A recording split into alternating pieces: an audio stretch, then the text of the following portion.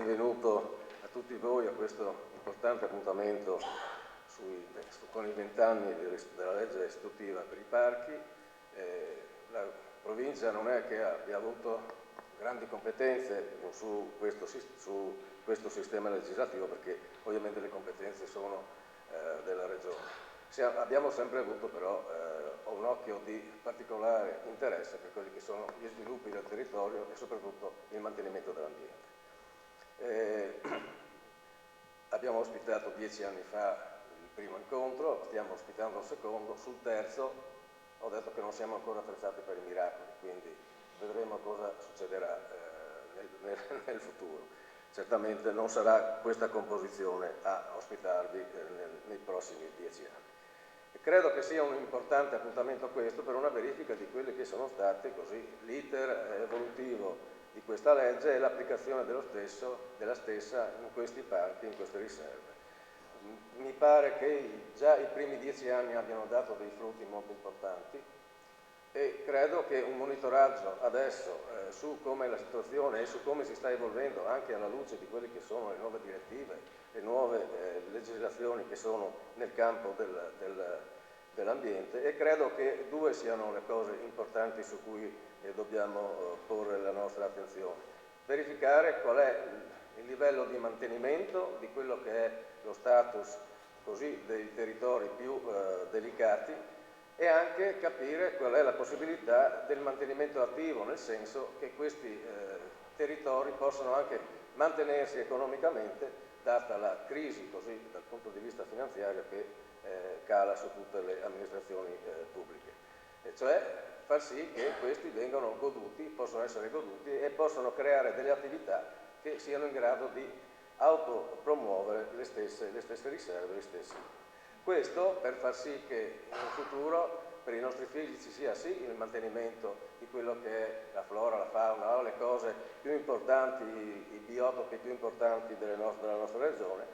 e quindi far sì che possano godere sempre in modo migliore, cosa che non abbiamo potuto fare noi, lasciando delle eredità credo non molto positive, ma che queste poi siano in grado anche di dare a loro occasioni di lavoro, di possibilità di impiego e quindi di uno sviluppo economico dovuto anche a questa possibilità impiegatizia nel settore o di attività anche private nel settore dell'ambiente. Con questo io chiudo il mio intervento, vi auguro un buon lavoro, è un lavoro importante, è un lavoro che credo potrà dare dei frutti con i suggerimenti che voi sapete dare e correzioni anche su quelle che possono essere state delle cose distorte nel passato. Buon lavoro.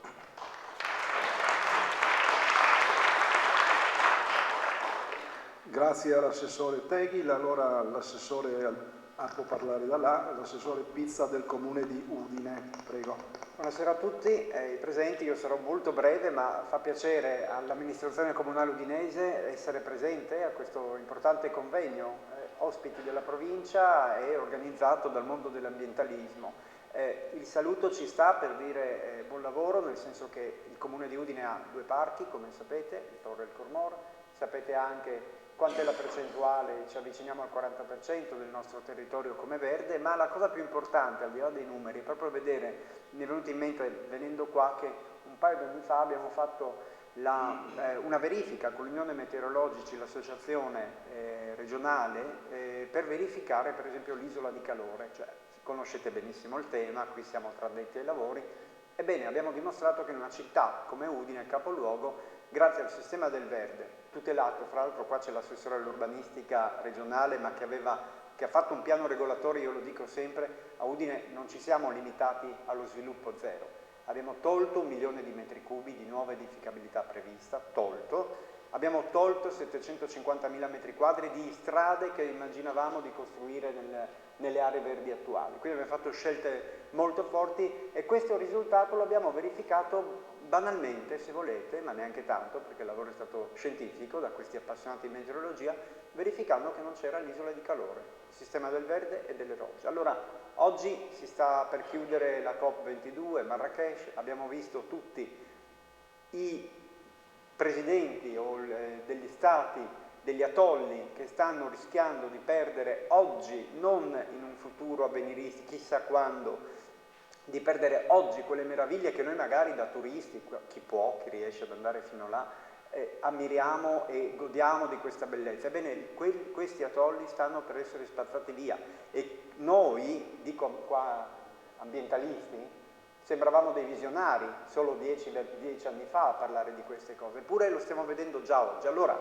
chiudo, per non andare fatto il giro del mondo, ma chiudo per dire che proprio l'importanza di tutelare, i risultati in Friuli ci sono stati, ma vanno certamente consolidati. Leggevo di un'idea di fare una legge .0 non so cosa, va bene, facciamola, mettiamoci al lavoro e il Comune di Udine è pronto a fare la sua parte. Bene, grazie all'assessore Pizza che ha tra l'altro allargato i confini di questa materia al mondo, è giusto perché viviamo in un mondo globale e ovviamente a parte gli atolli, ma le stesse dune regionali a Grado, al Banco d'Orio, eccetera, fra qualche anno, se andiamo avanti così, non esisteranno più e ci toccherà fare il bagno a mare a Palmanova, voglio dire, no? Ecco, questo sarà il risultato.